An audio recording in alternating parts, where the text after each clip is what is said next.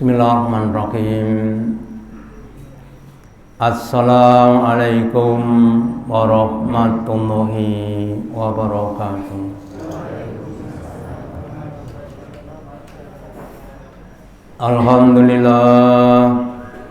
Alhamdulillahilladzi at'amana bi ni'matil imani wal islam. Asyhadu an la ilaha illallah wahdahu la syarikalah wa asyhadu anna Muhammadan abduhu wa rasuluhu la nabiyya wa la rasula ba'dah. Allahumma shalli ala Muhammad wa ala ali Muhammad kama sholaita ala ali Ibrahim innaka hamidum majid wa barik ala Muhammad wa ala ali Muhammad kama barakta ala ali Ibrahim innaka hamidum majid. Qala Allahu ta'ala fi kitabihil karim, a'udzu billahi minasy syaithanir rajim. Ya ayyuhalladzina amanu ittaqullaha haqqa tuqatih wa la tamutunna illa wa antum muslimun. Bapak Ibu hadirin yang dirahmati Allah Ta'ala, yang pertama dan utama, marilah kita selalu meningkatkan, menambahi kesyukuran kita, keimanan dan ketakwaan kita kepada Allah Ta'ala dengan meyakini apapun yang telah dijelaskan Allah Ta'ala di dalam Al-Quran. Sebagian dari beberapa hal yang harus kita yakini, yang kemudian muncul namanya rukun iman, yang kita ketahui ada 6 macam. Mulai dari iman kepada Allah, iman kepada para malaikat, iman kepada kitab-kitab Allah, iman kepada Nabi dan Rasul Allah, iman kepada hari kiamat, dan yang terakhir adalah iman kepada qada dan qadarnya Allah. Itu 6 perkara yang wajib kita yakini. Nah, kadang-kadang untuk yang terakhir, yaitu iman kepada qada qadar, sebagian orang yang mungkin belum memahami, kadang-kadang mereka sering putus asa dalam menghadapi berbagai macam masalah kehidupan, dan sebagian mungkin berlebih-lebihan di dalam menerima keberhasilan sehingga timbul namanya kesombongan. Maka pentingnya kita semuanya memahami qada dan qadarnya Allah Ta'ala. Maka pada kesempatan pagi hari ini saya akan menyampaikan tentang iman kepada qada qadar, yang qada qadar itu adalah wujud dari kealiman, kemahatauan Allah Ta'ala dan kehakiman Allah, yaitu kemahabijakan Allah Ta'ala dalam menetapkan segala sesuatu perkara. Kita awali dari pengertian dulu. Apa itu qada dan qadar?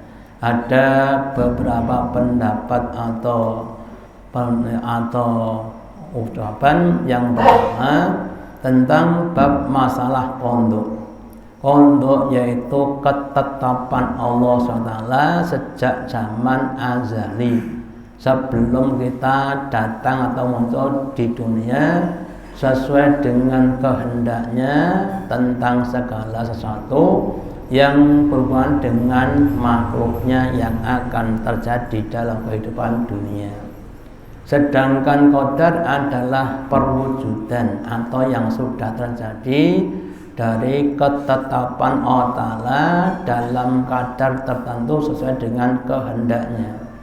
Qadarnya Allah ini juga biasa disebut dengan masalah takdir. Jadi seandainya saya atau panjenengan, seandainya saya yang sekarang umurnya 55 tahun, Seandainya saya dikondok umurnya 70 tahun seandainya, maka yang 55 tahun itu adalah kondok yang sudah berubah menjadi qadar.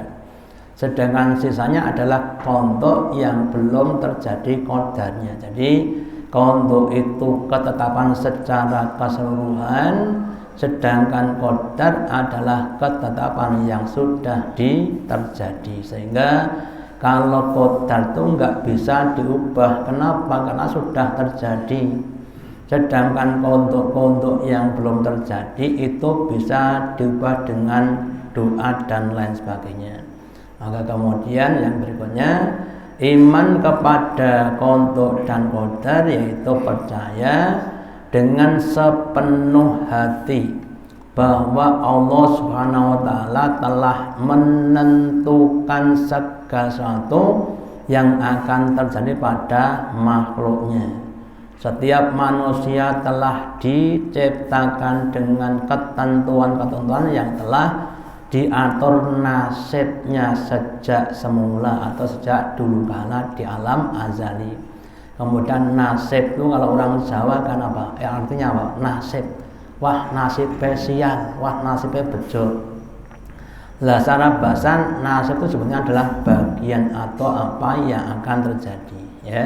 Maka kemudian dari ini kita simpulkan, maka manusia itu wajibnya berikhtiar, sedangkan Allah adalah menentukan dengan hikmahnya dan ahlinya. Jadi kita manusia itu wajib untuk ikhtiar, untuk menentukan, untuk menjalani qadar dan qadarnya Allah Ta'ala. Kemudian sebagian besar orang itu menilai, mengukur keberhasilan dari sudut hasilnya. Oh, si A, si B nanam padi, si A panen, si B nggak panen. Kemudian dikatakan si A berhasil dibanding dengan si B. Padahal kalau kita cermati, yang menentukan hasil itu bukan manusia, tapi siapa? Allah Ta'ala. Maka manusia seharusnya mengukur berhasil tidaknya berdasarkan pada ikhtiarnya. Kalau orang itu berikhtiar dengan baik, benar, maksimal, mujahadah, itu namanya keberhasilan. Contohnya Nabi Nuh. Nabi Nuh itu dakwah 950 tahun, siang malam dengan berbagai macam cara, dengan mujahadahnya, sehingga beliau termasuk satu di antara 5 nabi dan rasul yang mendapatkan julukan ulul azmi, yang punya kesungguhan, tapi cuma dapat murid berapa? 80. 950 tahun cuma dapat murid 80, berarti kurang lebih setiap 12 tahun cuma dapat 1, ya. Jadi secara hasil kurang maksimal, tapi secara ikhtiari dia sangat berhasil. Kenapa? Sudah bersungguh-sungguh. Makanya monggo kita semuanya harus mengubah parameter tolok ukur kita. Kita itu manusia, yang penting berusaha semaksimal mungkin dengan cara-cara yang benar, dengan keikhlasan, baik dalam hal apapun. Dalam hal mencari rezeki, mendidik anak, belajar, yang penting kita ikhtiar dengan maksimal. Allah dene dikondok dengan kondok yang kurang pas, ya kita harus bersabar, ya. Terus kemudian berikutnya, selanjutnya yang pertama, dalil adanya qadar dan qadar. Jadi di dalam Al-Quran, di surat Al-Ahzab, surat yang ke-33 ayat 38, ini kaitannya dengan Nabi kita Nabi Muhammad yang dikondok Allah untuk menikahi bekas istri anak angkatnya, namanya Zaid bin Harithah. Jadi Zaid bin Harithah nikah, kemudian nggak harmonis, kemudian cerai, ya. Terus Allah Ta'ala menyuruh Nabi untuk menikahi istri bekas istri anak angkatnya. Jane yo nggak penak, wong bekas bojone anak angkate kok kon didhawuhi kon nikah, ning niku ketetapane Allah. Makanya kemudian dikatakan makana alan nabi min harajin, maka tidak pantas bagi nabi dari kesempitan atau kesusahan fima faradallahu, di dalam apa-apa yang telah difardukan Allah Ta'ala. Sunnatullahi fil ladzina khalu min qabl, demikian itu merupakan sunnah-sunnah, kejadian-kejadian yang sudah terjadi pada masa-masa sebelumnya. Contoh ketika Nabi Musa diqadha Allah harus menghadapi bapak angkatnya Fir'aun. Jane ya ora penak, tapi sudah ketetapan Allah. Atau Nabi Ibrahim diqadha Allah Ta'ala untuk diberi ujian nyembelih anaknya, kan juga nggak enak. Wong anak kok disembelih, tapi pondoknya Allah, ujiannya Allah, makanya terus harus diterima. Lah demikian juga kita, seandainya nanti menghadapi hal-hal yang kita tidak suka, ya. Contohnya ada orang yang dia punya mertuanya itu maaf saja mungkin membuat jengkel, itulah namanya qadanya Allah. Kemudian wa kana Allahi qadar maqdurun, dan adalah perkara itu semuanya sudah ditetapkan dengan qadarnya Allah. Semua orang itu sudah ditetapkan apa yang akan dijalankan, apa yang akan dihadapkan, sehingga kita semuanya harus menerima dengan lapang dada, baik itu kondok-kondok yang senang maupun yang tidak senang. Itulah namanya kehidupan.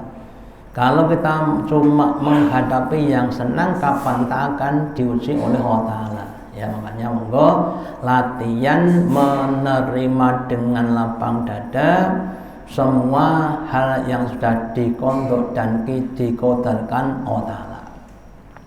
Kemudian di surat Al-Qamar, surat yang ke-54 ayat 49, Allah berfirman, inna kulla shay'in, sesungguhnya tiap-tiap sesuatu, khalaqnahu biqadar, telah kami tetapkan dengan qadarnya, dengan ketetapan dan ukuran-ukurannya. Contoh bagi kadang-kadang ada orang sing nelongso tenan awakku iki, diparingi loro kok ora mari-mari, ya. Seakan-akan Allah mendolimi pada hamba tadi. Padahal Allah sudah memberikan namanya kesabaran, kemampuan untuk bertahan dalam sakitnya. Makanya kita kalau belum bisa menerima qadha dan qadar Allah, terus kita harusnya berdoa, ya, supaya kita diberi petunjuk. Karena sekali lagi semuanya sudah diukur dengan ukuran-ukuran yang pas. Cuma kadang-kadang kita ini belum memaksimalkan potensi yang ada. Contoh saja, panjenengan yang sudah sering baca Quran, bisa nggak membaca Quran saambekan 5 lari? Saambekan moco 5 lari saged mboten? Nggak bisa. Kenapa? Nggak biasa membuatkan parunya. Paruh kita itu paling kita gunakan cuma 15-20%. Jadi yang 8 itu belum tentu kita gunakan. Kenapa? Nggak biasa. Beda dengan para penyelam, ya, di daerah Banda sana, nyilem nggak pakai apa-apa di dasar laut, kemudian bawa kerang, kemudian naik. Itu sampai 5 menit, Pak. Itu kuat. Kenapa? Sudah biasa meminta pada parunya. Sehingga ngambil sak embekan tuh baca Quran seandainya sak halaman itu harusnya kuat. Kalau parunya dipotensikan. Lah demikian juga kita tuh kadang belum banyak mempotensikan kesabaran kita. Biasa penak rodok rekoso mestinya nyebu. Gitu. biasa makannya pakai lauknya tepung terus lauknya tempe mesti nyebut gitu. Tapi kalau sudah biasa tempe lauk tepung, nah, gitu, dimakan juga yang lainnya. Makanya monggo kita semuanya latihan mempotensikan potensi yang diberikan kepada kita sebagai bentuk kesyukuran kita kepada Allah Ta'ala. Kemudian dalam hadisnya Nabi bersabda, kata baulahu maqadirul khalaiki, Allah telah menetapkan qadar-qadar semua makhluknya qabla ayah luqa samawati wal ardo, sebelum Allah menciptakan langit-langit dan bumi, bi khamsina alfasanah, dengan 50.000 tahun. Sebelum terjadi langit dan bumi semuanya sudah dirancang Allah. Sejak penciptaan langit bumi sampai kiamat itu sudah dirancang Allah semuanya. Si A, si B, si C dan sebagainya itu semuanya sudah ditetapkan. Itu berarti menunjukkan kealiman Allah, mampu merancang suatu perencanaan yang besar, jangka panjang untuk semua makhluk yang jumlahnya sangat banyak. Beda dengan kita mau merancang duwe gawe kadang harus dirancang diri, kadang ya jek cewek. Itulah manusia. Beda dengan Allah Ta'ala. Terus arsu alal ma'id, dan arsnya itu atas atau di atas air. Jadi ini menunjukkan bahwa qadar-qadar kita itu sudah ditetapkan Allah 50 tahun sebelum diciptakan langit dan bumi, ya. Terus kemudian di surat Al-Hadid, surat yang ke-57, ayat yang ke-22, kaitannya dengan sebagian qada atau qadarnya Allah Ta'ala, apa yang namanya musibah. Kita dengar kemarin ya, setelah Cianjur terus di Garut, Garut ada gempa 6,4 skala Richter gitu. Nanti mana lagi saya tidak tahu, tapi Allah sudah menentukan, ya.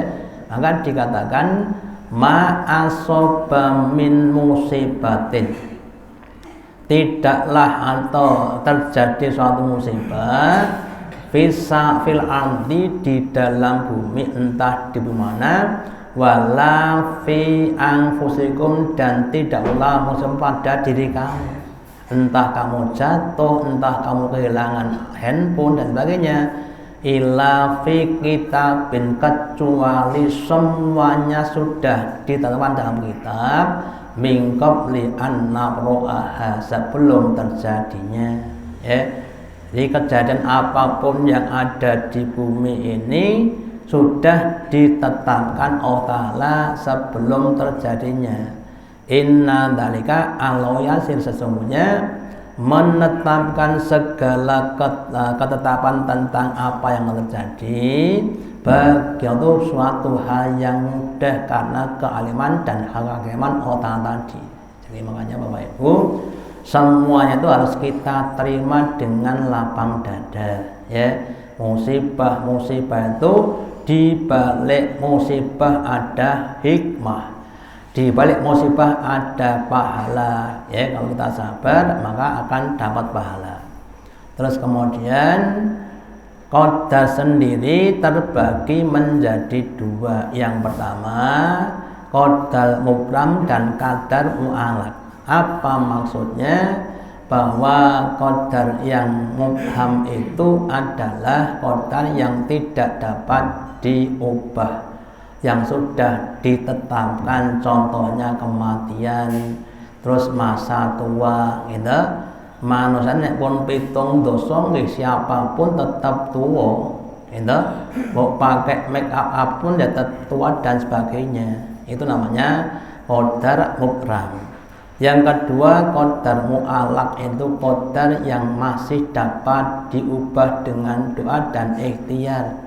Contohnya rezeki atau musibah yang sudah ditetapkan Allah kepada hambanya, itu nanti bisa diubah dengan apa? Contohnya dengan sedekah. Nabi bersabda, inna shadaqata turadul bala.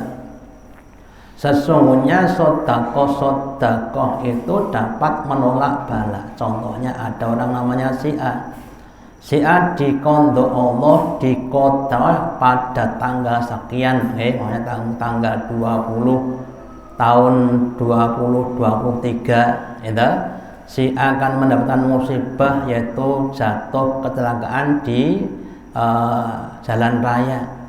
Terus si A itu sering sedekah, maka bisa akan mengubah qadarnya tadi. Itu contoh yang mu'alaf. Atau mungkin rezeki, ya, dikondok rezekinya seret, mampet, ya.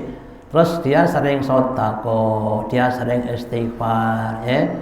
Allah berfirman bahwa orang yang takwa itu akan dimudahkan rezekinya.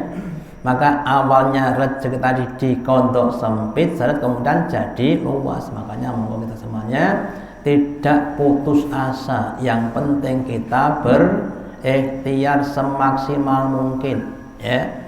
Terus kemudian manfaat kita beriman kepada qada dan qadar. Yang pertama, mendorong kemajuan dan kemakmuran supaya kita semakin maju. Maju itu beripun?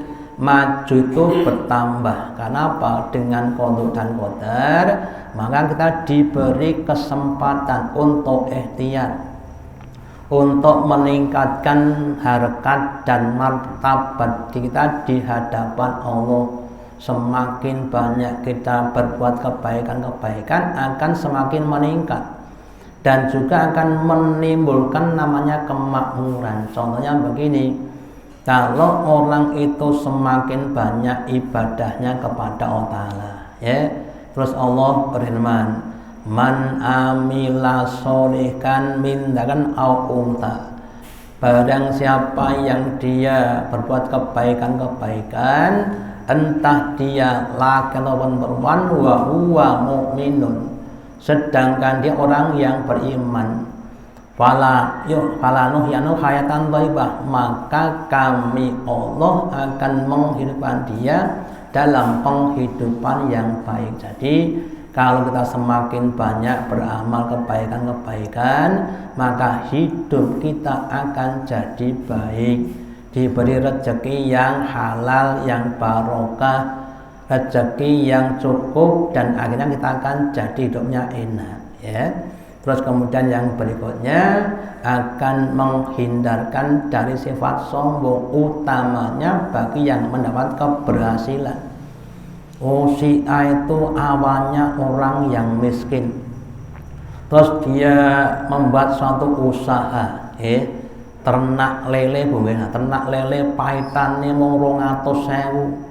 Saiki duwe kolam 2.000 kolam, sedina niku panene sak ton.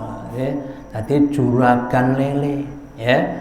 Kalau dia tidak iman dengan qadar, maka akan apa? Akan timbul namanya kesombongan. Lu saya punya lele, kolam lele itu 2.000 kolam dan sebagainya, kan akan jadi sombong. Tapi kalau dia iman dengan qadar, maka nggak perlu sombong. Semuanya itu sudah dijatah Allah, ya. Makanya nanti kalau kita berhasil, jangan lupa kita harus tawadhu kepada Allah, jangan merasa sombong, ya.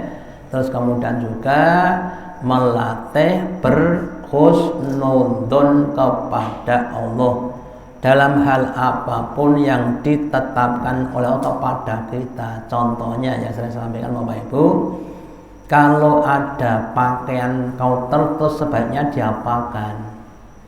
Kalau ada pakaian yang kotor dinapakne Bu, dicuci. Lah nek ada hati yang kotor dinapakne. Ada hati yang kotor karena ada penyakit hati. Ya dicuci. Dengan apa kita nyuci hati? Dengan istighfar. Itu kalau kotornya cuma sedikit kecil. Lalu kotornya itu sudah ngetel, ya, berupa apa? Hasad, dengki kepada temannya, saudaranya. Maka terus diberi namanya musibah untuk menghapuskan dosa-dosanya, ya. Jadi kita harus apa? berkhusnudon kepada Allah, bahwa Allah itu memberikan musibah untuk menghapuskan dosa kita atau yang lainnya. Yang namanya nikmat itu kalau berterus-terusan terus menjadi tidak nikmat. Jualan es cendol sehari labanya cuma 10 juta gitu. Enak banget tuh. Neng ndak 60 juta terus, lama-lama biasa, nggak terasa nikmat. Makanya kadang-kadang ada yang laris, ada yang tidak laris. Supaya apa? Supaya ketika laris ada nikmatnya. Orang punya motor, tiap hari naik motor, lama-lama ya nggak bisa ngerasakan nikmatnya naik motor. Terus suatu saat bannya meledos, gitu. Kemudian apa? Nuntun motor, nah, gitu. Ben saged ngrasakne penake numpak motor, gitu. Terus namanya kita harus berkhusnudon kepada Allah Ta'ala. Terus kemudian dalam hadis yang agak panjang, Nabi bersabda, "Ikmalu, yang penting kamu itu adalah beramal. Wa kullu masalun lima kalau maka semuanya itu akan dimudahkan kepada apa yang dia sudah ditetapkan padanya.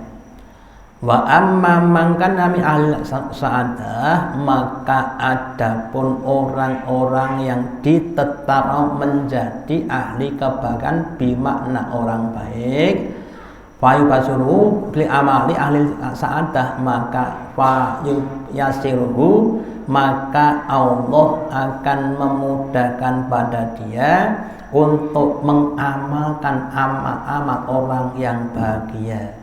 Wasi'a dikondok Allah menjadi ahli surga, kondoknya ahli surga, maka si akan mudah untuk berbuat kebaikan.